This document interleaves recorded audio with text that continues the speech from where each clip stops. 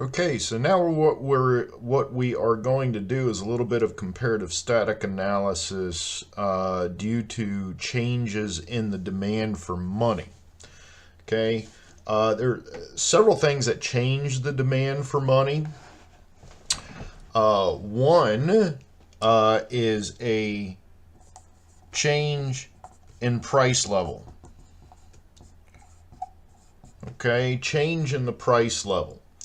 The other is change in real GDP. Okay, so that's a purchasing power of your paycheck. Okay, aggregated. That's essentially the summation of the purchasing power of everyone's paycheck in the entire country. And change in technology.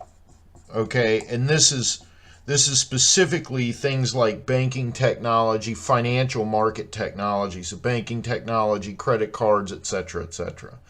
Okay, now let's assume that the price level increases. Okay, so we're talking, I mean, that's inflation, and that's built into R.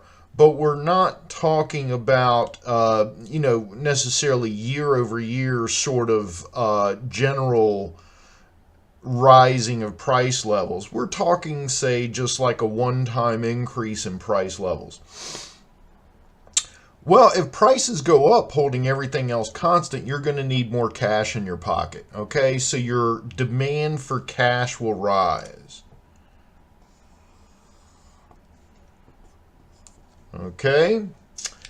What will this do? Well, if interest rates stayed the same, okay, that means that spreads on bonds, okay, that means spreads on bonds would be relatively low, right? Because remember, bond prices and interest rates are inversely related.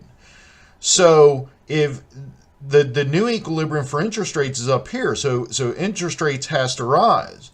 Well, if interest rates are relatively low, that means bond prices are relatively high. That means the spread on bonds is relatively low, makes bonds less attractive. Interest rates must rise.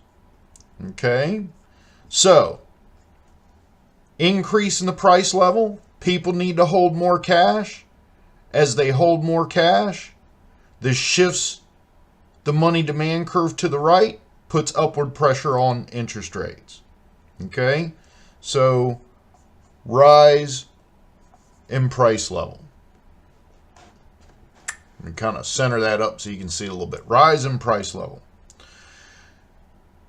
How about an increase in real GDP? Well, if you become wealthier, chances are you're going to spend more money.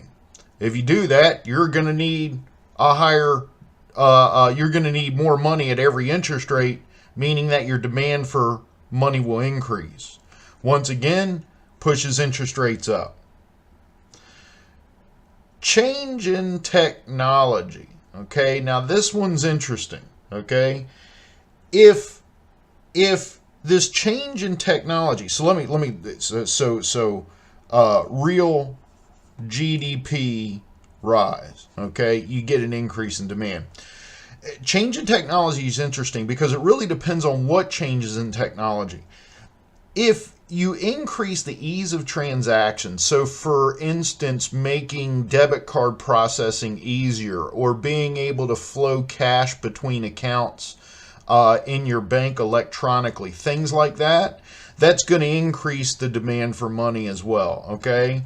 And that will increase the interest rate, the nominal interest rate in the money market. Okay, so change in technology, if it's a change making transactions easier, then you're going to get an increase in the demand for money. Let's flip over here. If the price level falls, we get a decrease in the demand for money. We don't need as much cash to make transactions like we used to. Okay, what does this do? Well, if interest rates need to move from here to here, that means interest rates at the existing real rate interest rates are relatively high, meaning bond prices are relatively low, making bonds more attractive, okay, because the spread on bonds is larger. Demand for bonds goes up, pushes the price of bonds up, pushes the interest rate down, okay? So interest rates must fall. Let me use the proper color marker here. So interest rates must fall, okay? So a decrease in the price level decreases money demand, decreases interest rates, okay? Decrease in price level. Decrease in real GDP. Okay, all I'm doing is just flipping these effects around. So decrease in real GDP. Okay, you're not as wealthy. You don't need as much cash around because simply you're not buying as much stuff as you used to. Money demand falls, pushes interest rates down. Change in technology. Okay, remember over here, change in technology was an increase in the ease of transactions, actually increased money demand. However, if credit cards become easier to use, okay, if your credit cards become easier to use, you don't need as much cash, okay?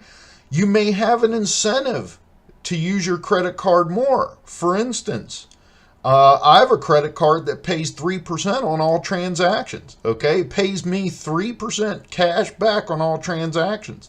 I use that credit card for everything.